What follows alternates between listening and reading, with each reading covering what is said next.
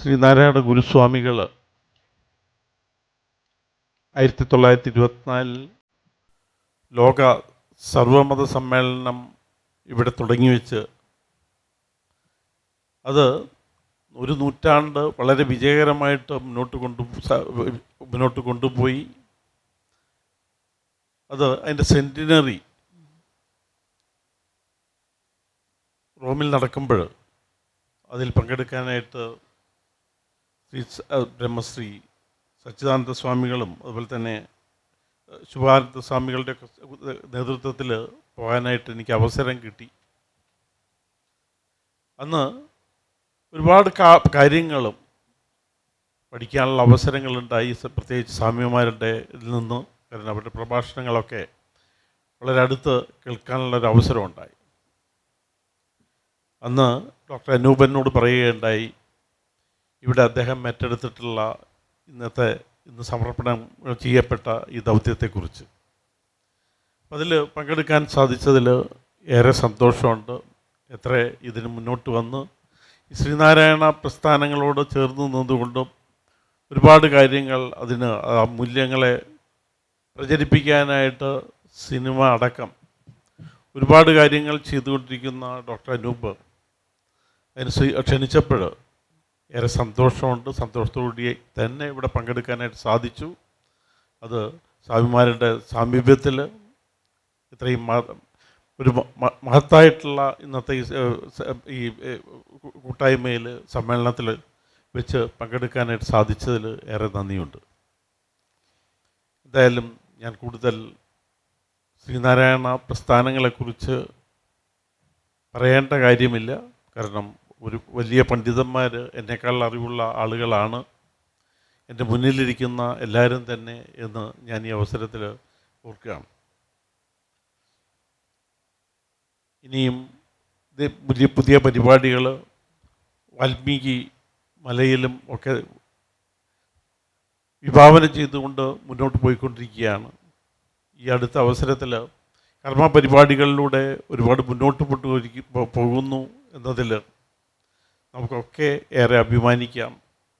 അതിലൊക്കെ പങ്കുചേരാൻ തയ്യാറാണ് എന്ന് ഞാൻ ഈ അവസരത്തിൽ സസന്തോഷം അറിയിക്കുകയാണ്. ഞാൻ കൂടുതൽ ദീർഘിപ്പിക്കുന്നില്ല. മഹത്തായ ആശയങ്ങളിലൂടെ ലോകത്തെ മുഴുവനും പുതിയ ആശയങ്ങളിലൂടെ, പുതിയ കാഴ്ചപ്പാടിലൂടെ, പുതിയ തത്വസംഹിതയിലൂടെ നമ്മെ നയിച്ച ശ്രീനാരായണ ഗുരുദേവൻ്റെ നാമധേയത്തിൽ പ്രവർത്തിക്കുന്ന ഈ പ്രസ്ഥാനങ്ങൾക്ക് ഭാവി എന്നത് യാതൊരു സംശയവുമില്ലാത്ത കാര്യമാണ്. എന്തായാലും പിന്നോക്ക വിഭാഗങ്ങൾക്കെല്ലാം സ്വാമികൾ നൽകിയ ആ മാർഗ ദീപം എന്നും നിലനിൽക്കും എന്നൊരു സംശയമില്ല.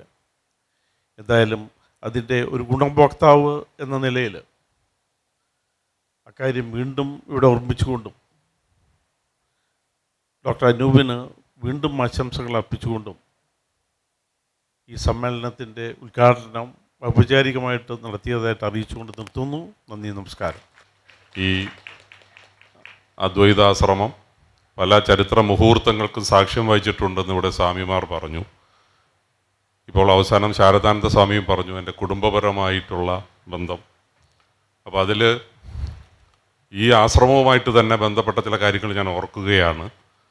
ഗുരുദേവനെ ചികിത്സിച്ചിരുന്നത് ആയുർവേദ ആചാര്യനായ ചോലയിൽ മാമി വൈദ്യരാണ്. അത് എല്ലാവർക്കും അറിയാവുന്ന കാര്യമാണ്. അതുപോലെ തന്നെ ചോലയിൽ എൻ്റെ അമ്മയുടെ അച്ഛനായിരുന്നു ഡോക്ടർ VK പത്മനാഭൻ. അദ്ദേഹം എറണാകുളം ജനറൽ ഹോസ്പിറ്റലിൽ ജോലി ചെയ്തിരുന്ന സമയത്ത് ഗുരുദേവൻ ആലുവ അദ്വൈതാശ്രമത്തിൽ അവസാന കാലഘട്ടത്തിൽ രോഗാതുരനായിരുന്നു. മൂത്ര തടസ്സമൊക്കെ ഉണ്ടായിരുന്ന സമയത്ത് ചികിത്സിക്കാൻ ഇവിടെ വരുമായിരുന്നു. അതുപോലെ തന്നെ ഇവിടെ നിന്ന് ഗുരുദേവനെ ശിവഗിരിയിലേക്ക് ബോട്ട് മാർഗം കൊണ്ടുപോകുന്ന സമയത്ത് അനുഗമിച്ചതൊക്കെ ആയിട്ടുള്ള രേഖകളുണ്ട്. ആ രീതിയിൽ അമ്മയുടെ കുടുംബവുമായിട്ട് അടുപ്പമുണ്ട്. അതുപോലെ എൻ്റെ അച്ഛൻ്റെ അച്ഛൻ AC ഗോവിന്ദൻ, അദ്ദേഹം കോഴിക്കോട് മജിസ്ട്രേറ്റ് ആയിരുന്നു, ഒരു വലിയ എഴുത്തുകാരനായിരുന്നു. അദ്ദേഹത്തിൻ്റെ കൃതികൾ അന്നത്തെ കുട്ടികൾക്ക് പഠിക്കാനൊക്കെ ഉണ്ടായിരുന്നു. ഈ അടുത്ത കാലത്ത് അദ്ദേഹത്തിൻ്റെ 10 കൃതികളുടെ ഒരു സമാഹാരം ഞാനിവിടെ അടുത്ത കാലത്ത് പബ്ലിഷ് ചെയ്തിരുന്നു. അതിനകത്തും ഗുരുദേവനെക്കുറിച്ചും ഗുരുദേവനുമായിട്ട് ബന്ധമുണ്ടായിരുന്ന പല കാര്യങ്ങളെക്കുറിച്ചുമുള്ള വിവരങ്ങൾ അടങ്ങിയിട്ടുള്ള ഒരു പുസ്തകമാണത്. അപ്പോൾ അതിൽ വായിച്ച ഒരു കാര്യമാണ്, കുട്ടിക്കാലത്ത് അദ്വൈതാശ്രമത്തിൽ വന്ന് ഗുരുദേവനെ കണ്ട് അനുഗ്രഹം വാങ്ങാൻ വന്ന കഥ. ഞങ്ങൾ അരയമ്പറമ്പ് കുടുംബത്തിൽ ഗുരുദേവൻ വന്നിരുന്ന സമയത്ത് മടിയിലിരുന്ന് കളിച്ച കാര്യം വരെ എഴുതിയിട്ടുണ്ട്. പക്ഷേ വിദ്യാർത്ഥിയായിരിക്കുമ്പോൾ ഇവിടെ വന്ന് ഗുരുദേവനോട് അനുഗ്രഹം ചോദിച്ച സമയത്ത്, നിനക്ക് അനുഗ്രഹം ആവശ്യമില്ല, നീ വിദ്യാർത്ഥിയാണ്, വിദ്യാഭ്യാസത്തിന് മുൻതൂക്കം കൊടുക്കണം, കുടുംബത്തിൽ എല്ലാവർക്കും വിദ്യാഭ്യാസം ഉണ്ടാകണം, നല്ല മനുഷ്യനെന്ന പേരുണ്ടാകണം. ഇതാണ് ഉപദേശിച്ചതായിട്ട് എഴുതിയിരിക്കുന്നത്. ഇന്ന് തിരിഞ്ഞു നോക്കുമ്പോൾ എൻ്റെ അച്ഛൻ്റെ അച്ഛന് 11 മക്കളായിരുന്നു. 11 പേർക്കും വിദ്യാഭ്യാസമുണ്ട്, നല്ല നിലയിലെത്തി, സമൂഹത്തിൽ ഉന്നത നിലയിലെത്തി എല്ലാവരും. അതുപോലെ തന്നെ എല്ലാവരും നല്ല മനുഷ്യരെന്നുള്ള പേര് സമ്പാദിച്ചിരിക്കുന്നു എന്നുള്ളത് കുടുംബപരമായി വളരെ സന്തോഷമുണ്ട്. ഇന്ന് ഇവിടെ വന്നതിന് ശേഷം യാദൃച്ഛിക ഒരു നിമിത്തമായിട്ട് എനിക്ക് തോന്നിയ ഒരു സംഭവമുണ്ട്. ഞാൻ ഈ സ്ഥലം കാണാനൊക്കെ വന്നു, ഇതെല്ലാം ചെയ്തപ്പോഴും ഓർക്കാതെ പോയ ഒരു കാര്യമാണ്. ഇന്ന് ഗുരുദേവൻ്റെ പ്രതിഷ്ഠ വെച്ച് ആ ഗുരുദേവൻ നോക്കിയിരിക്കുന്നത് പെരിയാർ നദിയെയാണ് എന്ന് നമ്മൾക്കറിയാം.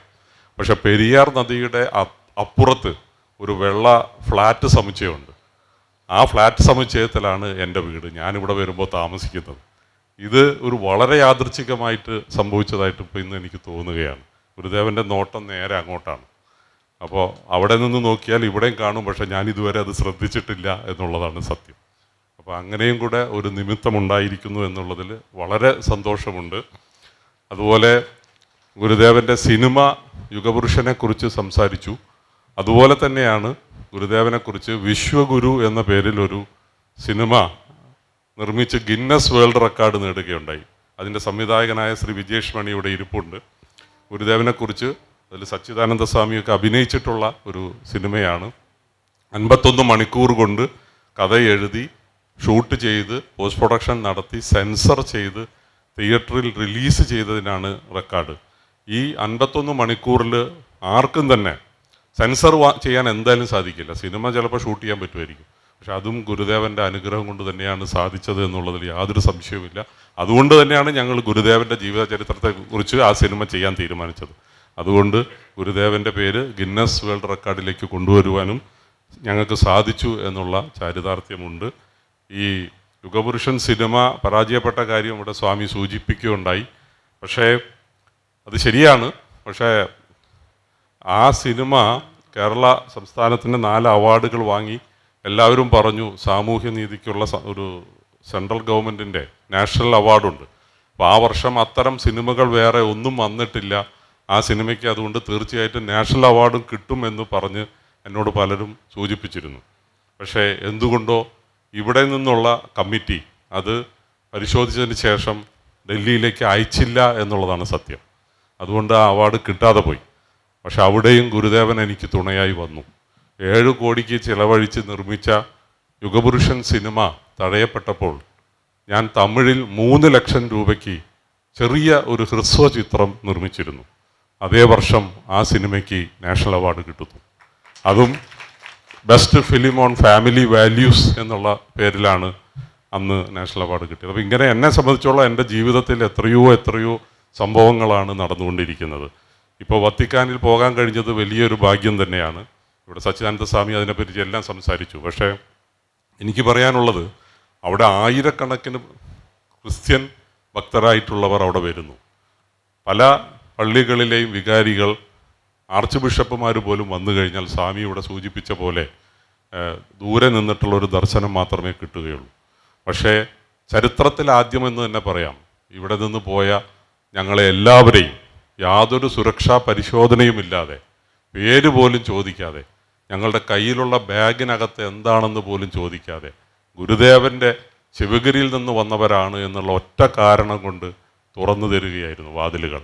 എവിടെ വേണമെങ്കിലും പ്രവേശിക്കാം എന്നുള്ള ആ ഒരു ഇത് ആണ് ഗുരുദേവൻ്റെ ശക്തി എന്ന് തിരിച്ചറിഞ്ഞ നിമിഷമാണത്.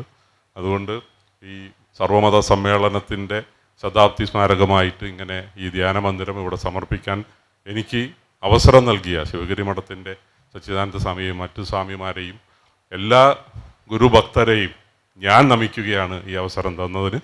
എൻ്റെ സന്തോഷം, എൻ്റെ കുടുംബത്തിൻ്റെ സന്തോഷം ഒരിക്കൽ കൂടി ഇവിടെ രേഖപ്പെടുത്തുന്നു. നന്ദി, നമസ്കാരം.